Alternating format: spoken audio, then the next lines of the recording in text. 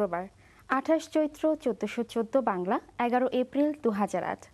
দেশে এবং দেশের বাইরের সকল দর্শককে এনটিভি নিয়মিত আয়োজন আজকের সকালে আপনাদের আমন্ত্রণ জানাচ্ছি আমি সাবরিনা আফরোজ। প্রিয় দর্শক, আজ আমাদের সঙ্গে আছেন অতিথি আরিফুর রহমান নাইম। আরিফুর রহমান নাইম, আপনাকে স্বাগত আমাদের অনুষ্ঠানে। শুভ সকাল। সমাগত বাংলা ১৪১৫ সাল নববর্ষের উপহার হিসেবে বইয়ের কদর বাড়াতে প্রকাশনা সংস্থা ঐতিহ্য আয়োজন করছে নববর্ষ বই উৎসব। ঐতিহ্য নববর্ষ বই উৎসব ঘিরে থাকছে আমাদের আজকের আলাপচারিতা। আমাদের অনুষ্ঠানে আছেন অতিথি ঐতিহ্যর প্রধান নির্বাহী আরিফুর রহমান নাইম। অতিথির সঙ্গে আলোচনা ছাড়াও থাকছে আমাদের নিয়মিত অন্যান্য পরিবেশনা।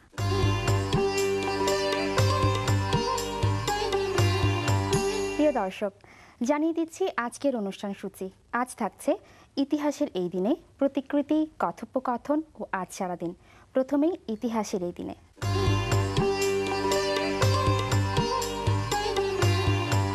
অতীতের যেসব ঘটনা এখনো মানুষকে ভাবায়, জেগে ওঠার অনুপ্রেরণা দেয়, সেসব ঘটনার সত্য ও সুন্দর উপস্থাপনাই আমাদের নিয়মিত আয়োজন ইতিহাসের এই দিনে।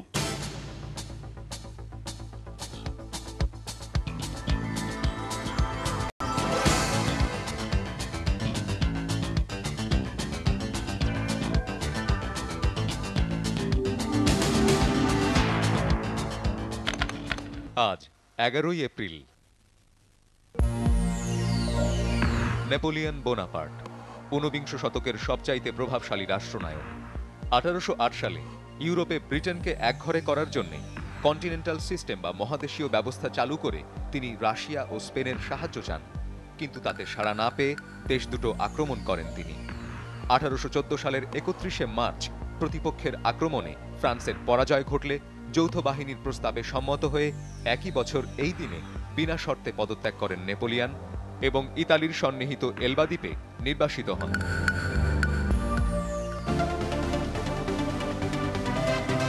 বর্তমান জর্ডান রাজ্যের সাবেক নাম ছিল আমিরাত অফ ট্রান্স জর্ডান।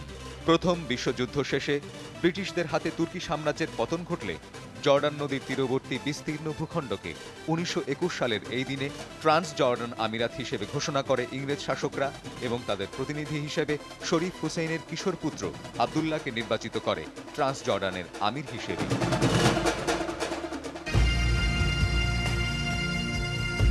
দ্বিতীয় বিশ্বযুদ্ধে জার্মান বাহিনীর নৃশংস নির্যাতনের জ্বলন্ত প্রতিচ্ছবি বুখেনওয়াল্ড কনসেন্ট্রেশন ক্যাম্প।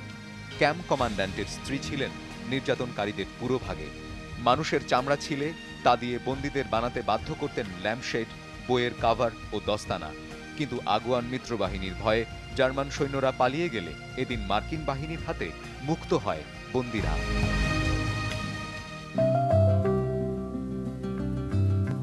অ্যাপোলো ১৩ মানববাহী এই নভোযান যুক্তরাষ্ট্রের ফ্লোরিডা অঙ্গরাজ্যের কেপ ক্যানাভেরাল বেস স্টেশন থেকে ১৯৭০ সালের এই দিন উৎক্ষেপিত হয়। নভোযাত্রী ছিলেন জেমস এ লোভেল, জন এল সুইগার্ড ও ফ্রেড ডব্লিউ হেইস।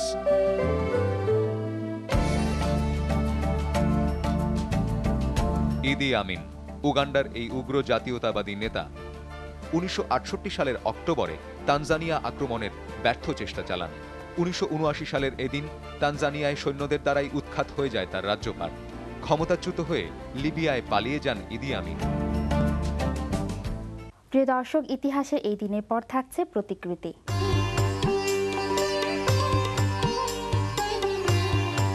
যাদের শ্রম, সাধনা আর কর্মনৈপুণ্যে উন্নতি হয়েছে মানব সভ্যতার, যাদের উদ্যোগ আর আবিষ্কারে সমৃদ্ধ পৃথিবী, তাদের উজ্জ্বল মুখচ্ছবিতে সাজানো এই আয়োজন প্রতিকৃতি। আমাদের আজকের প্রতিকৃতি মুখ অতীশ দীপঙ্কর। জ্ঞান তাপস সাধক পুরুষ অতীশ দীপঙ্কর ঢাকা জেলার বিক্রমপুরের বজ্রযোগিনী গ্রামের এক ধর্নাঢ্য পরিবারে ৯৮০ সালে মতান্তরে ৯৮২ সালে জন্মগ্রহণ করেন। ১৯ বছর বয়সে তিনি বৌদ্ধ ধর্মের দীক্ষা লাভ করেন। ১১১১ সালে শতাধিক শিষ্য নিয়ে সুবর্ণ দ্বীপ মানে বর্তমানে শ্রীলঙ্কায় যান। সেখানে ১২ বছর বৌদ্ধ ধর্মে গবেষণা করে দেশে ফিরে তিনি আবার পড়াশোনায় মনোনিবেশ করেন। অতীশ দীপঙ্করের পাণ্ডিত্যের কথা ততদিনে দেশের বাইরেও ছড়িয়ে যায়। সমাজের অনাচার অবিচার কমিয়ে ধর্মচেতনার বিকাশ সাধনের অভিপ্রায়ে তিব্বতরাজ তাকে তিব্বতে আমন্ত্রণ জানান। প্রথমে তা প্রত্যাখ্যান করলেও পরে অতীশ দীপঙ্কর তিব্বতে যান। বৈদ্যশাস্ত্র, চিকিৎসা ও কারিগরি বিদ্যা সম্পর্কে তিব্বতীয় ভাষায় গ্রন্থ রচনা করার জন্য তিব্বতীয়রা তাকে ভালোবেসে সম্মানজনক অদিশ উপাধি প্রদান করেন। 1053 সালে বিহারে পরলোক গমন করেন এই মহান জ্ঞান তাপস। প্রিয় দর্শক, জ্ঞান তাপস ও সাধক পুরুষ অতীশ দীপঙ্করের প্রতিক্রিয়া থেকে ফিরে আসছি আজকের অতিথির কাছে। আরিফুর রহমান নাঈম। আর মাত্র 2 দিন পরেই তো আমরা নববর্ষকে বরণ করতে যাচ্ছি। তো এই নববর্ষকে কেন্দ্র করে ঐতিহ্য প্রকাশন একটি বিশেষ বই উৎসবের আয়োজন করেছে আজ থেকে। তো এই বই উৎসব সম্পর্কে একটু জানতে চাইবো, আসলে যে এই বই উৎসবের বিশেষ দিকগুলোকে, কোন দিকগুলোকে গুরুত্ব দিচ্ছেন আপনারা? এটা তো আসলে একটা জাতীয় আমাদের উৎসব। আর আমরা প্রতি বছরই দেখা যায় যে জাতীয় উৎসবকে কেন্দ্র করে বই উৎসবটি করি। এবার যেটা করেছি, আমরা দুটো ভাগে উৎসবটি করছি। প্রথম ভাগটি হচ্ছে আজ এবং আগামীকাল আমাদের প্রধান কার্যালয় পুরানা পল্টনে বই উৎসব হচ্ছে। আরেকটি ভাগ হচ্ছে পহেলা এবং 2রা বৈশাখ। ও দুদিন আমাদের বাংলা বাজার শোরুমে এই উৎসবটি আবার হবে। এটা করা হয়েছে প্রধানত আসলে যে আমাদের যে পাঠকরা আছে, যারা হয়তো ফেব্রুয়ারিতে অনেকেই বই কিনেছেন এবং তার চাইতেও বেশি ছাড়ে এই বৈশাখে তারা বই কিনতে পারছে। এর উদ্দেশ্যটা কিন্তু শুধুমাত্র পাঠকদেরকে বই সহজেই পৌঁছে দেয় এটাই না। একটা বিষয় হচ্ছে যে আমাদের যে নববর্ষকে কেন্দ্র করে বই উপহার দেওয়ার একটা প্রচলন ছিল, সেটা কিন্তু আস্তে আস্তে আমাদের দেশে কমে গেছে। আমরা আবার সেই ধারাটা পুনঃপ্রবর্তন করতে চাচ্ছি। আচ্ছা, তো এই ধরনের উৎসব কি এবারই প্রথম পড়ছে নাকি এর আগেও করেছেন? না, আমরা এর আগেও করেছি। আমরা করেছি প্রধানত নববর্ষকে কেন্দ্র করে, প্রধানত আমাদের বাংলা বাজারের যে শোরুমটি আছে সেখানে কেন্দ্র করে করেছি। এবার প্রথম আমরা আমাদের প্রধান কার্যালয়ে নিয়ে এসেছি। এছাড়া এটা যেটা হয়েছে যে আমরা শুধু যে নববর্ষকে কেন্দ্র করে উৎসব করি তা না, আমরা অন্যান্য সময় উৎসব করে থাকি। আচ্ছা, তো কোন কোন সময় উৎসব করছেন আপনারা? আমরা যেটা হয়েছে যে আমরা 2004 সাল থেকে পুরো বাংলাদেশকেই বিভিন্ন ভাগে ভাগ করে আমরা বই উৎসব করে আসছি। বিভিন্ন জেলাতেও করছেন? হ্যাঁ, আমরা জেলাতে বই উৎসব করেছি। আমরা 2005-এ 17টি জেলায় একই দিনে বই উৎসব করেছি। 2006 সালে এসে 12টি জেলায় করেছি। এভাবে করে আমরা উৎসবটি করছি এবং এর একটা কারণ আছে যে সহজভাবে পাঠকরা যেন ভালো মানের বই তাদের হাতের নাগালের মধ্যে পায়। তো এই যে বইমেলার বাইরেও যে আপনারা বিভিন্ন উৎসবকে কেন্দ্র করে বই উৎসবের আয়োজন করছেন, তো সেখানে আসলে দর্শকের সাড়াটা কেমন পান? হ্যাঁ, সেটা তো খুব ভালো। একটা বিষয় হচ্ছে যে আমরা যে শুধু ওই উৎসবটা যে আমাদের লাভজনক এটা আমরা বলবো না। আমরা একটু লম্বা সময় চিন্তা করছি যে যখন নাকি বাংলাদেশের প্রতিটি জেলায় জেলায় কিন্তু প্রচুর বইয়ের দোকান ছিল একটা সময়, এখন কিন্তু দেখা যাচ্ছে যে বইয়ের দোকানগুলো সত্যি কথা বলতে নাই হয়ে গেছে। তা আমরা ওই বিকল্প একটি ব্যবস্থা হিসেবে যে বইটাকে উপস্থাপন করছি পাঠকদের কাছে, পাঠকরা তো ওই সময় আমাদের উৎসব থেকে বই নিতে পারছে না, কিন্তু পরবর্তী সময় তারা স্থানীয় বইয়ের দোকান বা তাদের কাছে অন্তত যে বলতে পারছে যে ঐতিহ্যের এই বইটা বেরিয়েছে, এই বইটা আমাকে এনে দিতে পারেন আপনি, আমি নিব। তো এই উৎসবকে ঘিরে যে উৎসবের আয়োজন করেছেন আজ থেকে, তো এই উৎসবে ঘিরে কি কোনো উল্লেখযোগ্য বই বের হয়েছে এবার আপনাদের? না, আজকে যে বের হচ্ছে এটা না, আমরা পহেলা বৈশাখকে কেন্দ্র করে আমাদের প্রায় 10টির মতন বই চলে আসবে আশা করছি আমরা। আর উৎসবটা শুধু যে 10টি বইকে কেন্দ্র করে তা না, আমাদের 600-র বেশি বই আছে আমাদের প্রকাশিত। আমাদের প্রকাশনার বয়স 8 বছর। আর এছাড়া আমাদের বেশ কিছু রচনাবলী আছে মানসম্পন্ন। এসব মিলিয়ে আমাদের উৎসবটি। আচ্ছা, তো একটু আগে বলছিলেন, আপনি শুরুতেই বলছিলেন যে একটা বিশেষ ছাড়ের ব্যবস্থা করেছেন, তো কোন কোন বইগুলোতে আসলে ছাড় পাবে পাঠকরা? একটা বিষয় হচ্ছে সব বই ছাড় পাবে এবং সেটা আমাদের অমর 21শে বইমেলায় যে পরিমাণ ছাড় পেয়েছে তার চেয়ে বেশি ছাড় পাবে। আরেকটা বিষয় হচ্ছে কিছু বই আমাদের তো পুরনো হয়ে গেছে, যে হয়তো 5 বছর আগে প্রকাশিত হয়েছে, বইটা হয়তো কম বিক্রি হয়েছে, সেসব বইতে আমরা একটু বিশেষ ছাড় দিচ্ছি। আর এছাড়া আমাদের রচনাবলী যেসব আছে সেগুলোতে আরো বিশেষভাবে পাঠকরা ছাড় পাবে। তো পাঠকদের যে মতামত, যে তারা শুধু 21শে বইমেলার জন্য তাদেরকে অপেক্ষা করতে হয়, এবং বাড়তি যে এই যে উৎসবের আয়োজন করছেন বিভিন্ন প্রকাশনী সংস্থা থেকে, কেন এই ধরনের উৎসব কেন হয় না সারা বছর, কেন আমরা আসলে পাই না? সারা বছর তো বই একটা জায়গায় করা যাবে না। আমরা চেষ্টা করছি যে উৎসবটিকে ছড়িয়ে দিতে এবং সারা বছরই একবার এক এক জায়গায় করতে। তো গত বছর থেকে গ্রন্থকেন্দ্র একটা উদ্যোগ নিয়েছে যে বিভিন্ন জেলায় জেলায় বই উৎসব করছে। তো এটা আসলে আস্তে আস্তে হয়ে যাবে। আমার কাছে মনে হয় যে হয়তো একজন করছে, ওর দেখা দেখি আরো মানুষ তো করবে। এবারে বইমেলা ধরে একটু প্রসঙ্গ ধরে টানতে চাই যে এবারে বইমেলা কিন্তু আমরা দেখেছি যে বইয়ের খুব চড়া মূল্য আমরা দেখেছি, তো এটা আসলে কারণগুলো কি? এটা কারণ কিন্তু প্রধানত কারণ হচ্ছে যে কাগজের মূল্য বৃদ্ধি। আমাদের দেশে আসলে গুটি কয়েক কাগজের মিল আছে এবং এই কাগজের মিলগুলোকে বাঁচিয়ে রাখার স্বার্থে আমাদের কাগজের উপর একটা বড় রকমের ট্যাক্স অ্যাপ্লাই করা হয় আমাদের সরকারের পক্ষ থেকে। এ কারণে যেটা দেখা গেছে যে কাগজের মূল্য বৃদ্ধিটার ফলে আমাদের প্রায় বইয়ের মূল্য এবছর আমরা যেটা দেখেছি যে ফেব্রুয়ারিতে আমরা যখন বই বের করেছি প্রায় 25 থেকে 30 ভাগ মূল্য বেড়েছে। মুখ্য এটা। আরেকটা বিষয় হচ্ছে যে আমাদের কিন্তু সৃজনশীল বই আমরা যেটা বলছি অর্থাৎ ক্রিয়েটিভ বুকসের কিন্তু পাঠক কমে যাচ্ছে, এটা আমাদের দৃষ্টিতে। পাঠক কমে গেলে যেটা হয় যে প্রিন্ট রান কম হয়। আগে যেখানে একটা বই হতো 4000-5000 প্রিন্ট হতো, সেটা হয়তো নেমে এসছে 400-500-তে। তখন বইয়ের ইউনিট প্রাইস বেড়ে যায়। তো প্রতিটি বইয়ের মূল্য বেড়ে যাওয়ার ফলে পাঠকদের জন্য আসলে কষ্টকরই হয়ে যাচ্ছে বই ক্রয় করা।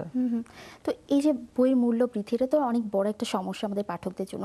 তো আপনি কি মনে হয় যে এই ধরনের সমস্যা কাটিয়ে উঠতে আসলে কাদের ভূমিকা জরুরি? এটা আসলে সম্মিলিত ভূমিকা এবং সামাজিক একটা আন্দোলনই বলা যেতে পারে করা উচিত। আমাদের দেশে যেটা হয়েছে যে আমরা খুব দ্রুত দেখা যায় যে পাশ্চাত্যের সবচেয়ে খারাপ জিনিসগুলো গ্রহণ করি। দেখা যাচ্ছে জাপানে হয়তো এত প্রযুক্তি নির্ভর একটি দেশ, তাদের ট্রেনে বা বাসে কিন্তু সবাই বই পড়ছে, কিন্তু আমরা কিন্তু ঘরেও বই পড়ছি না। আমরা হয়তো ঘরে টিভি দেখছি অথবা কম্পিউটারে ইন্টারনেট সার্ফ করছি। তো বিষয়টা হচ্ছে একটা সামাজিক আন্দোলন প্রয়োজন, যে একটি আমরা রিডিং সোসাইটি গড়ার জন্য সেটাকে আমাদের পাঠাগারগুলোর উন্নয়ন প্রয়োজন, আমাদের সরকারি কিছু উদ্যোগ দরকার, যেরকম কাগজের মূল্যটা যেন কমে আসে। কারণ কাগজের মূল্য বৃদ্ধির ফলে যে শুধু সৃজনশীল বইয়ের ক্রেতাই কমে যাচ্ছে এটা না, কিন্তু আপনি একটা চিন্তা করেন যে আমি পাঠ্যপুস্তকের দামও কিন্তু বেড়ে যাচ্ছে। সেক্ষেত্রে কি হচ্ছে, আমাদের শিক্ষা ব্যবস্থায় ভেঙে যাওয়ার উপক্রম হয়ে যাবে কাগজের মূল্য বৃদ্ধির ফলে। তো এইভাবে করে আসলে প্রতিটি জায়গা থেকে যদি সবাই এগিয়ে আসে, তাহলে আমার কাছে মনে হয় যে একটা রিডিং সোসাইটি গড়ে উঠবে। সেক্ষেত্রে বইয়ের মূল্য এমনি কমে যাবে যখন নাকি পাঠক বৃদ্ধি পেয়ে যাবে। তো ইদানিং আমরা একটা প্রবণতা দেখি অনেকের মধ্যে, যে আসলে মানে নকল বই বের করার একটা প্রবণতা আছে। তো এটা তো আপনাদের মানে যথেষ্ট ক্ষতি করে না প্রকাশনীর ক্ষেত্রে? হ্যাঁ, এটা তো অবশ্যই ক্ষতি করে। যেটা হয় যে বুক পাইরেসিটা তো আসলে হচ্ছেই, এবং সেটার কারণও কিন্তু বইয়ের মূল্য বৃদ্ধি। একটু চিন্তা করে দেখেন যে একটা বইয়ের মূল্য যদি কম থাকে, তাহলে কিন্তু পাইরেট যারা করছে ওরা কিন্তু এটার সাথে কম্পিট করার জন্য আর পাইরেসিতে আসবে না। তো যেটা হয়েছে যে একটা প্রকাশক যখন নাকি একটা বই বের করে, তাকে লেখককে একটা পরিমাণ রয়্যালটি দিতে হয়, কম্পোজ করা, প্রুফ দেখা, অন্যান্য আনুষঙ্গিক কাজ সেরে তার একটা বই যখন বের করছে তার কস্টিং অনেক হাই হয়ে যাচ্ছে এবং বইটির দাম বেশি রাখতে হচ্ছে। কিন্তু যে পাইরেট করছে ও ডাইরেক্ট একদম হয়তো তার প্রুফও দেখতে হচ্ছে না, লেখককেও কোনো টাকা দিতে হচ্ছে না বা রয়্যালটি দিতে হচ্ছে না, তার জন্য সে পুরোটাই লাভের মধ্যে চলে যাচ্ছে। তো এই কারণে যখন নাকি বইয়ের দাম কমে আসবে, তখন আর ও এখানে আগ্রহ পাবে না যে এই বইটা আমি যে পাইরেসিতে জড়াবো আমার লাভ হবে না। তো এটা টোটালটাই আমার কাছে মনে হয় যে আমাদের পাঠক বৃদ্ধির বিষয়ে যদি আমরা সবাই মিলে কাজ করি, তাহলে কিন্তু এটাও অনেকটা কমে আসবে প্রবণতাটা। তো পাশাপাশি কিন্তু কপিরাইট আইন থাকা উচিত। এই আইন কি তৈরি হয়েছে? আমাদের দেশে কিন্তু কপিরাইট আইন আছে। আমাদের দেশে যেটা হয়েছে যে অনেক কিছুরই আইন আছে, কিন্তু আসলে সেগুলো ইমপ্লিমেন্ট করা হয় না। তো কপিরাইট আইন থাকার ফলে, কপিরাইট আইনের ইমপ্লিমেন্ট হলে আমার কাছে মনে হয় যে এটাও কমে আসবে। একটু ভিন্ন প্রসঙ্গে বলতে চাই যে বই প্রকাশনী, এটা তো এক ধরনের শিল্প। তো এই শিল্প আপনার কি মনে হয় যে এই শিল্প আসলে বর্তমান প্রেক্ষাপটে আসলে কতটা ভূমিকা রাখতে পারছে বা কতটা জরুরি হয়ে পাঠকদের সামনে তুলে ধরতে পারছে? না, প্রকাশনা তো একটা শিল্প, কিন্তু আসলে সরকারিভাবে কিন্তু স্বীকৃত না যে এটা একটা শিল্প। যেটা হচ্ছে শিল্পর কিছু নীতিমালা আছে, যেরকম আমরা বাণিজ্যিক ব্যাংক বা বাণিজ্যিক প্রতিষ্ঠান থেকে যে লোন বলেন বা অন্যান্য ফ্যাসিলিটিস যেগুলো বলা হয়, এগুলো কিন্তু প্রকাশনা শিল্পের কেউ পায় না। শিল্প নর্মালি একটা ব্যবসায়ী যা পায় তাই পাচ্ছে। আর যদি শিল্প আমরা বলে থাকি, সেক্ষেত্রে এখানে অনেকগুলো প্রতিবন্ধকতা আছে। আমি একটু আগেই উল্লেখ করেছি যে কাগজের মূল্য বৃদ্ধি। আমাদের সে কাগজের মিল কম থাকার ফলে যেটা হয়েছে যে কাগজ কিন্তু অনেক বেশি দাম আমাদের কিনতে হচ্ছে। তো কাগজের মিল যদি বেড়ে যায়, সেক্ষেত্রে কাগজটার দাম কমে আসবে। অথবা আমরা ইম্পোর্ট নির্ভর দেশ হওয়াতে যেটা হচ্ছে, আমদানিতেও যদি আমরা ট্যাক্সটা কমিয়ে দিই, তাহলে কাগজের মূল্য কমে আসলে শিল্প হিসেবে দাঁড়িয়ে যাবে এই প্রকাশনাটি। তো শিল্পকে আসলে দাঁড় করানোর জন্য বা টিকিয়ে রাখার জন্য আসলে কাদেরকে এগিয়ে আসতে হবে আপনার মনে হয়? প্রথম আমার কাছে মনে হচ্ছে যে সরকারি কিছু উদ্যোগ দরকার এর জন্য, যে বেসরকারিভাবে আমরা হয়তো চেষ্টা করি আমাদের ছোট পরিসরে যতটুকু করার। আমি হয়তো বই উৎসব করছি, আমরা যেরকম গল্প লেখা প্রতিযোগিতা করি, সেখানে 1 লক্ষ টাকার বই পুরস্কার দেই যে প্রথম হয়, এবং সারা বাংলাদেশের প্রতিযোগীরা, স্কুলের প্রতিযোগীরা অংশগ্রহণ করে। আমরা চেষ্টা করছি আমাদের ক্ষুদ্র জায়গা থেকে যতটুকু এগিয়ে নেওয়া যায়। বাকি কাজটুকু কিন্তু আসলে সরকারের বিষয়, যে সরকার যদি বেশ কিছু পদক্ষেপ নেয় আমার কাছে মনে হয় যে প্রকাশনা শিল্পটা অনেক দূর এগিয়ে যাবে। আচ্ছা, তো এই যে প্রকাশনা টিকে থাকবে, টিকে থাকার কথা আপনি বললেন, সেখানে তো অবশ্যই পাঠকদের ভূমিকাও জরুরি এবং লেখকদের ভূমিকাও জরুরি।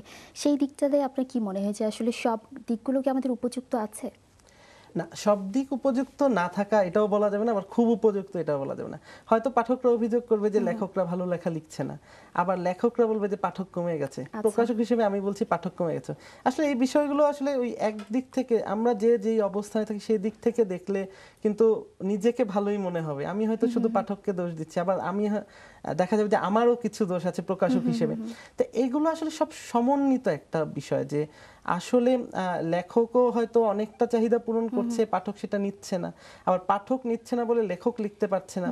আরেকটা বিষয় হচ্ছে লেখকদের আমাদের দেশে আপনি খেয়াল করবেন যে লিখতে হচ্ছে শুধু বইকে কেন্দ্র করে। আমাদের প্রতিটি দৈনিকের কিন্তু সাহিত্য সাময়িকী আছে, কিন্তু সেটার কলেবর কিন্তু খুবই ছোট। এ কারণে যেটা হচ্ছে যে লেখকরা কম লিখছে, বা লেখকরা শুধু বই করার উদ্দেশ্যে লিখছে। একটা লেখককে তো লেখার সুযোগ করে দিতে হবে, আবার পাঠককেও পড়ার সুযোগ করে দিতে হবে। পাঠক যে শুধু বই কিনে পড়বে এটাও না। তো এখানে আসলে বললাম তো যে সমন্বিত একটা উদ্যোগ নিলে আমার কাছে মনে হয় যে সব সমস্যাই সমাধান সম্ভব। আচ্ছা, তো ঐতিহ্য প্রকাশনী নিয়ে আগামীর স্বপ্ন কি আপনার? না, আগামী স্বপ্ন মানে সবসময় কাজ করে যাচ্ছে আমরা চেষ্টা করছি আমাদের জায়গা থেকে একটু নতুন ধরনের কাজ করার, বা একটু অন্যরকম ভিন্ন ধরনের কিছু করার। আমরা গত বছর যেরকম ঈদ আমাদের একটা বড় উৎসব, গত বছর আমরা রোজার ঈদের সময় কিন্তু আমরা ছোটদের জন্য একটি সংকলন প্রকাশ করেছি রঙিন ফুল নামে। এবছরও ওটা প্রকাশিত হবে আশা করছি। তা আমরা চেষ্টা করছি যে যতটুকু ভিন্ন ধারার কিছু বই বের করার, বা যতটুকু ভিন্নতা দিয়ে পাঠককে আকৃষ্ট করার। তো আগামী তো এভাবেই করে যাব, আমরা আশা করছি একই সাথে। আরিফুর রহমান নাঈম, আপনাকে অনেক ধন্যবাদ আমাদের স্টুডিওতে এসে সময় দেওয়ার জন্য। আপনাকেও ধন্যবাদ, এবং আপনার মাধ্যমে এনটিভির সমস্ত দর্শককে আগাম নববর্ষের শুভেচ্ছা। শুভেচ্ছা। প্রিয় দর্শক, আমরা অনুষ্ঠানে প্রায় শেষ প্রান্তে চলে এসেছি। শেষ করবার আগে জানিয়ে দিচ্ছি আজ সারাদিন।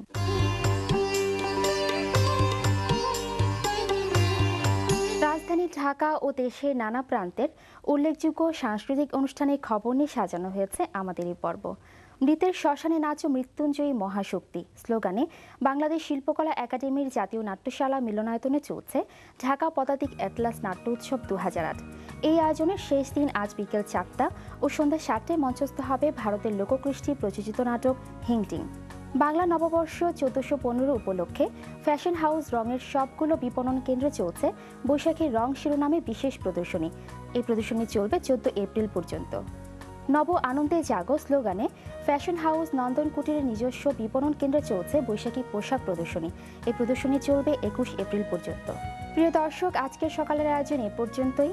প্রাণময় হোক আপনার সারাদিন। অনুষ্ঠান সম্পর্কে আপনার মতামত জানিয়ে আমাদের কাছে চিঠি লিখুন এই ঠিকানায়। প্রযোজক আজকের সকাল, এনটিভি বিএসসি ভবন 7 তলা, 102 কাজী নজরুল ইসলাম এভিনিউ, কারওয়ান বাজার, ঢাকা 1215। আমাদের কাছে ফ্যাক্স করতে পারেন, আমাদের ফ্যাক্স নম্বর 914338 থেকে 7 পর্যন্ত, কিংবা ইমেইল করতে পারেন সকাল@ntvt.com এই ঠিকানায়। আরিফুর রহমান নাঈম, আপনাকে আবারও ধন্যবাদ। ধন্যবাদ আপনাকে। শুভ হোক আজ সারাদিন।